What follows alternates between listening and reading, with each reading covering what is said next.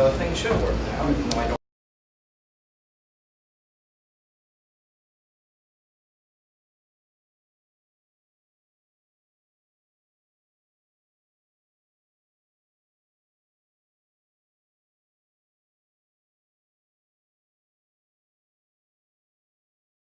Most people don't know what a caustic ring is. It's called dark matter simulation. So here's a picture of inside of a caustic ring. We'll talk more about what a caustic ring is, but basically it is where the dark matter is a certain model of the galaxy. So as a simulation, this is an n-body simulation that we're doing. We've already had 2 talks on n-body simulations, so hopefully you guys know what an n-body simulation is at this point. But for people who don't, it's basically just a simulation where you set up some rules like gravity, you throw some particles in, and you let them interact and see what happens. So in this case, this thing that I stole from someone else, a lot of the particles kind of accumulate in one position, and we come up with some interesting effects, like there's some orbit going on around some particles. Just as a quick demo of what an n-body simulation is. So for this project, we're using multiple n-body simulators, and we're putting in our caustic ring into the potential, into the simulator. We use 2 simulators, the NEMO n-body simulator and Milky Way Home. We use both of them because they have different uses to us. Milky Way Home is a much faster one. It's multi-threaded, and it's easy to visualize in 3D, so we can see what's going on and maybe publish some videos. But NEMO is important too because that's the one people actually use outside of RBI. So if we're actually going to be producing some open source software that people are going to use, we'll probably want NEMO. It also comes with a lot of tools that we're not using. But some people like NEMO because it has all the tools. People who actually use the tools. So if we're actually going to model the galaxy in our simulation, we can't just take every single star and model all of them that are inside the galaxy because there's a lot of them.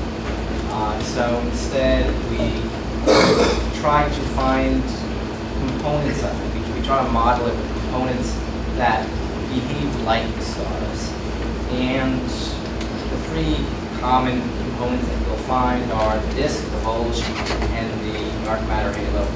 The disk would be this big flat thing. Hopefully you guys already know what a flat disk is, but that's what that is. The bulge is the thing in the middle that's really bright, and the dark matter halo I can't show you because it's invisible. There are a few models that people like to use for the disk and the bulge. I just show you the disk and bulge that we use for our simulations. And I also show a few dark matter halo models.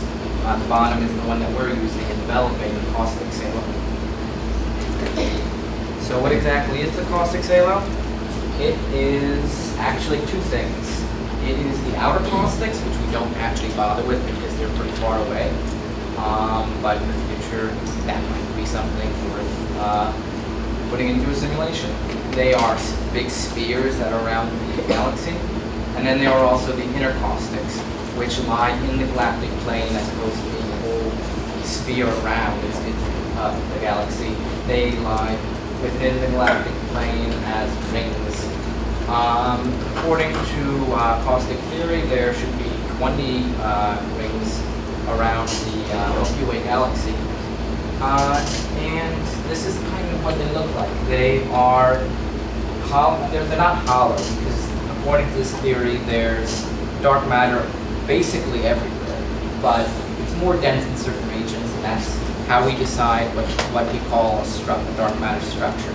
It's where there's a lot of density. It's very dense. So we have a very dense kind of outside of our ring, and then it's significantly less dense on the inside. And here is kind of a close-up of the cross section. It's basically a triangle that points outside the galaxy, and because that's probably not such a great way of showing you what it looks like, here is a video where I kind of show you where those two pictures meet. I start far away with kind of a looking at the ring, and we fall into the ring, and you can kind of see the lines kind of show you the shape, and you can see that if you look at the top, it kind of points outward, it juts. And pretty soon we're going to be back at that first picture at the beginning of the PowerPoint. Once we're done circling around, we go inside, and now hopefully you guys kind of understand what that first picture was. It kind of shows you the actual cross-section from the inside and how that kind of connects to the ring. So a main part of our project is trying to look at the monoceros ring. The monoceros ring is this filament of stars that kind of surrounds the Milky Way galaxy. It lies in the plane, but there's like a gap of not really any stars between the ring and our galaxy. So it's not like they're one object. And we don't fully understand yet what the monoceros ring is, where we haven't pinpointed what it comes from.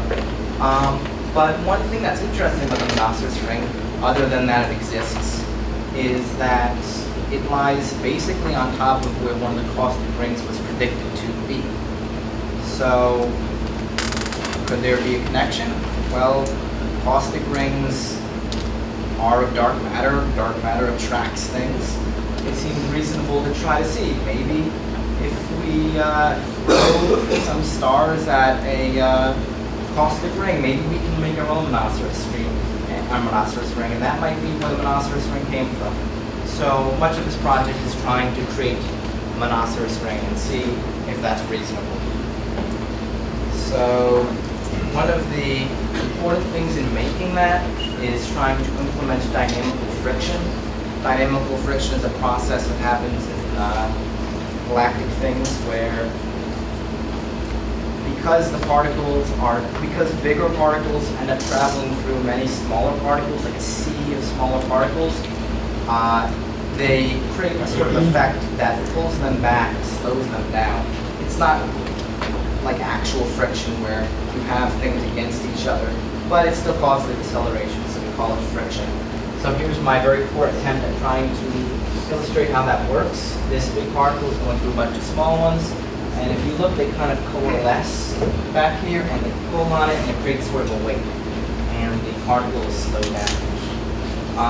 Unfortunately, it's easier to draw a picture of than to actually implement, especially since in this picture, the particles are pretty homogeneous, but we actually have to deal with rings where, as I stated before, there's a really big density on the envelope, on the outside of the ring that we have to deal with. So without dynamical friction, we have already set up a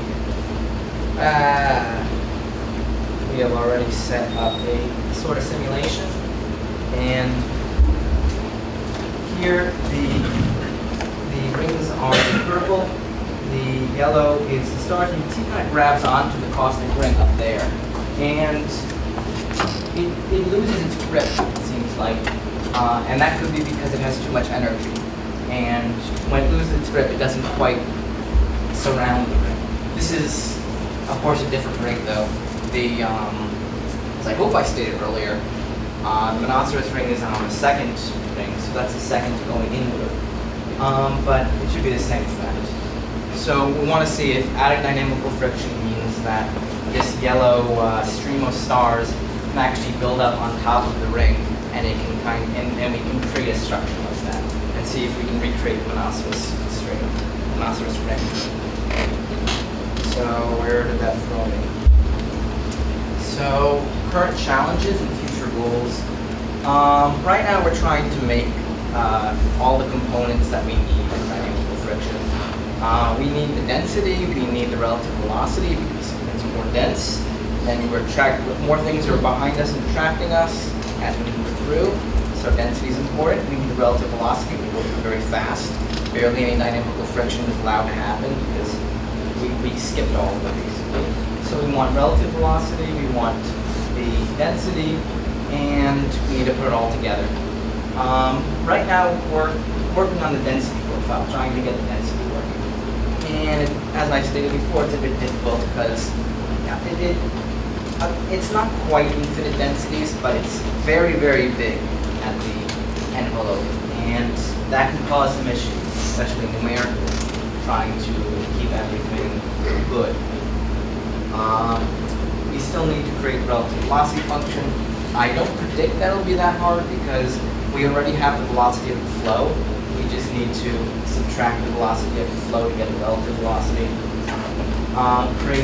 One issue with this is we're not just throwing one big particle into a sea of particles. The sea of particles would be the dark matter. We're not just throwing one big object into there. We're throwing like 100,000, and that takes a really long time to simulate. It's not going to work on a computer unless you have a lot of patience. So we need to create larger bodies that would represent how the dynamical friction works on smaller bodies. So that's one thing we need to do. And of course, just run simulations, figure out if we can make an oscillator stream, and release the code for anyone else interested in using it. So, does anyone have any questions? So all the simulations are with respect to the NEMO code, or is it they run on both of them. It's not that hard to make it work on both. We have slightly different versions for each of them, but the one that's really important to release would be the NEMO one. I think you'll still be able to find the caustic potential on Milky Way at home if you want to find it there. But the NEMO thing is really what we're trying to release. or code written in C++. The code is actually written in C. So we're writing this in C. Any other questions?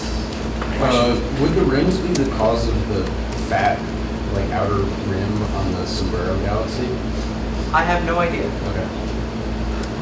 So have you read those papers you cited, two papers that you cited about that when you gave the name two rings?